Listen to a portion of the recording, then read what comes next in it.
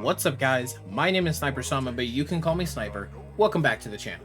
In today's video, we are going over what I think might be my strongest build to date.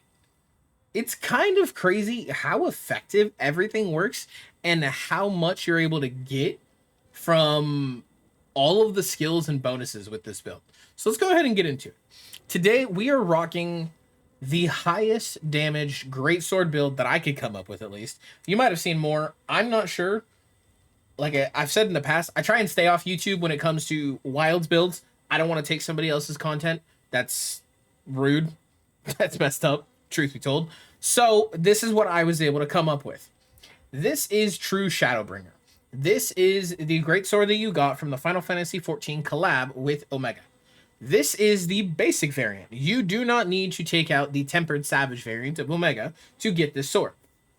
The greatsword itself is wonderful, and the reason for it is it has a skill called Darkside.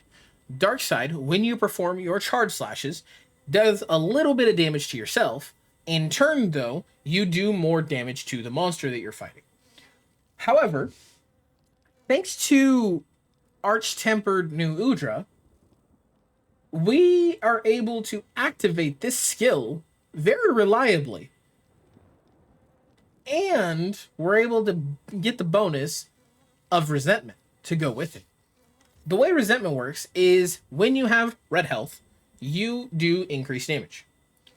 There was not a reliable way before Arch-Tempered New Udra that you could start to really gain the bonuses from this perk. You were able to get some of it from the Bale armor, and I made a couple of videos on that. But even with the Bale armor, it was kind of hard unless you were rocking this greatsword. The reason for it is Darkside. When you do your charged attack, you lose a little bit of health, and it becomes red health. You could get it with the 4-piece Soul of the Dark Knight from the Bale armor. However, that was every I think it's 75 seconds. Might be longer. I think it's 75. But you couldn't reliably proc some of the highest damage increases in the game. Thanks to Arch-Tempered New Udra, now you can. So, on our weapon and armor, we have True Shadowbringer. This is our greatsword. We have Queen Cordmaker. Obviously, we love Queen Cordmaker. We have 1-piece Bale, 2-piece Bale when it comes to the head and the waist. Then we have New Udra chest, New Udra arms. These are both from the Arch-Tempered New Udra fight. And last but not least, because we're on greatsword, we gotta be rocking the Arch-Tempered Duna for that wonderful, beautiful Quick Sheath level 3 in Agitator. Last but not least is we have my charm. My charm, the only thing I was looking for was focus. The reason we were looking for focus is because focus itself on greatsword makes everything a little bit faster. It lets your charge attacks come out sooner. It lets your TCS hit sooner. It lets you play a little bit faster on the arguably slowest weapon in the game, which is really, really nice. So, if you do not have a secret charm, that is a-okay. All you need is focus. Ideally, focus level 3, okay? I actually got really lucky and mine rolled with defense boost and recovery up, which also work so well in tandem with this build. This was like the perfect charm I could have gotten for this entire thing. Super, super hyped about it. So, we've gone over the weapon, we've gone over the armor, and the talisman. Let's go ahead and showcase a little bit of the decorations. The decorations I'm rocking on my Shadowbringer are critical boost and guard up. Now, you're probably asking, why in the world would you use guard up? Well, that's because when you are playing, there are certain monsters that have unblockable attacks. For example, one of those unblockable attacks would be New Udra with its like oil spill attack, where it launches itself backwards and it explodes all of it. That is unblockable, which means naturally you wouldn't be able to do a whole lot against it. You just kind of have to take it, and sometimes you can't roll out of the way in time, which means now you can. Guard up is definitely one of those, because it's the level 1 perk right here. You can substitute it for a lot of different things. If you wanted offensive guard level 1, you could go for that. If you wanted a Dragon Jewel for whatever reason, you could go for that. If you wanted handicraft, razor sharp, any of the other guards, it doesn't really matter. I opted for guard up because a lot of the monsters, at least lately, I've been fighting consist of monsters that have unblockable attacks. mainly Omega and Arch-Tempered New Udra. Okay. Queen Card Maker, same stuff as always. Sonorous, attack, attack, and a KO. And then we get to the armor. The meat and the potatoes. We have Challenger 1, Challenger 2, Challenger 3, Challenger 4 Jewel. The reason we have 4 of these is it's going to allow us to have maxed out Agitator.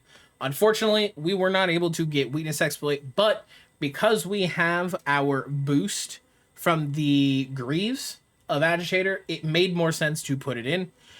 Same thing here. I opted for Critical Boost, and that is because Greatsword hits so slow anyways.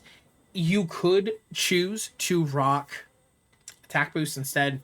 You could choose to just not have Attack Boost or Critical Boost. It doesn't really matter. It's up to you. However, Critical Boost for me. Next up is we have 1, 2, 3 Protection Jewels. These Protection Jewels are really, really nice. And the reason for it is because you are inherently going to be making yourself weaker. Because of the way True Shadowbringer's Dark Side skill works, when you use any charged attack up past level 2, you will lose some health. When you lose that health, you're naturally putting yourself in a more dangerous situation. Divine Blessing kind of allows you to circumvent that a little bit, because maybe the next hit that you get hit, well, maybe you're down a little bit on health, you won't just get absolutely destroyed. Okay? Then we get down to the bottom set of skills. We have 1 counter jewel here. This is because we already had 2 levels of Counter-Strike. We want to make sure that we are maximizing Counter-Strike, especially because you can tackle through attacks now, and not only will you not get stunned, but it will allow you to proc Counter-Strike. We have our 1 level of chain, which is our burst, the ever important burst. We love burst. You gotta rock it. You have to. And last but not least, we have 1, 2 medicine jewels, and then we have some defense jewels. The reason we are actually using defense jewels, like I said earlier, is because defense is huge on this build. You are constantly draining your own health to do more damage, which means thanks to medicine jewels, thanks to defense, and thanks to divine protection, when you inherently get hit, not only do you take less damage because of defense boost, but there's a chance you take even less damage thanks to divine blessing. And we opt for medicine jewel over the recovery speed, and that is because you do not want to get rid of your red health immediately. Recovery ups or recovery speed states you get quadruple the speed at its maximum level. You don't want to be recovering health that fast because Greatsword hits so slow. When Greatsword hits slow, if you recover your health too fast, you won't get to keep all of your bonuses. You want to keep your red health, which means you have to play with your red health like it's a resource. One prime example I have of this is that I play Magic the Gathering. If you play Magic the Gathering, you might know of a mono black commander named Kirik.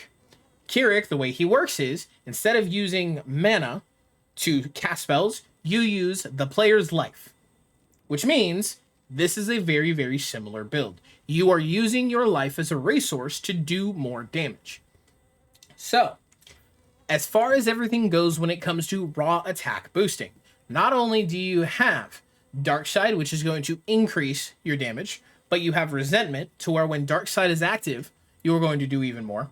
Agitator, when the monster is angry and is enraged with you. Counter-Strike, when you get hit or you tackle through it. And you have Burst, which will just give you a little bit extra, most notably for follow-up attacks. And you have the Bad Blood. When Resentment is active, when you have the red health, you are going to do little bursts of damage every, I think it's 5 seconds. It's pretty nice. And you have Soul of the Dark Knight. Having recoverable damage increases elemental attack, and Greatsword level 3 charge slashes are strengthened. Which means, now as long as you're charging up to level 3 with all of your attacks, you're doing even more damage, which in tandem lowers your health more. The lower your health, the more red health you have. The more red health you have, the more New Udra's Bad Blood 1 procs you're allowed to use. So on and so forth. Not to mention, we have Lord Soul on this build. We have Guts, which is going to increase the amount of attack we do by 5%. So, let's go ahead and showcase everything working all at once, because holy is it a lot. Okay, so skills, Agitator. What we're going to do, we're just going to get hit. You can see we're naturally at 262.15. When we get hit, we go up to 35%, thanks to our maximum might, and we have 312 raw attack. Okay, so ideally, in a perfect situation, you will always have red health. You are not going to guarantee that you always have red health. However, you are, because every time you do a charged attack up to the level 3 mark, you will increase the amount of raw attack you have, or red health you have. You can see there, 959. We have 345 attack with food buff, 35% affinity thanks to our stamina being full, and 720 element. On top of that, though, we have 527 defense. And then, let's say you get yourself stuck in a pickle, you need to heal. That mega potion just healed me for a third of my health. It is quite insane what you can do. You can see we're at 267 right now with no red health. We go ahead and activate this. We'll get hit. We're up to 322 just from having red health and us having burst active. That's all it takes. You have to get hit or you have to hit the monster. 312 raw attack. Just like that. It is so easy to activate this. And you see the little 20 damage that applied there. It's not a whole lot, but it's something. We like it. Why not? 1,600 on a wound. 1,600. Could you imagine doing 1,600 damage with this amount of defense? Not to mention, if you were to get hit, you have the opportunity for Divine Blessing to proc. You heal faster, and you're able to put your weapon away at lightning speeds. I'm telling you guys, the Omega side upgrade to the Arch-Tempered New Udra was so smart by the Wilds devs. They did such a good job letting these pieces work together in such a harmonious way. That being said, ladies and gentlemen, that is going to do it for today's video. Thank you all for coming and watching. Thank you all for hanging out. Don't forget to like, don't forget to comment, don't forget to subscribe, and I'll see all of you in the next one. Farewell. I don't ever slow up, no I don't take shit, I got no love for the fakeness. If you wanna play tough and wanna hate this, I'll always show up and make a statement.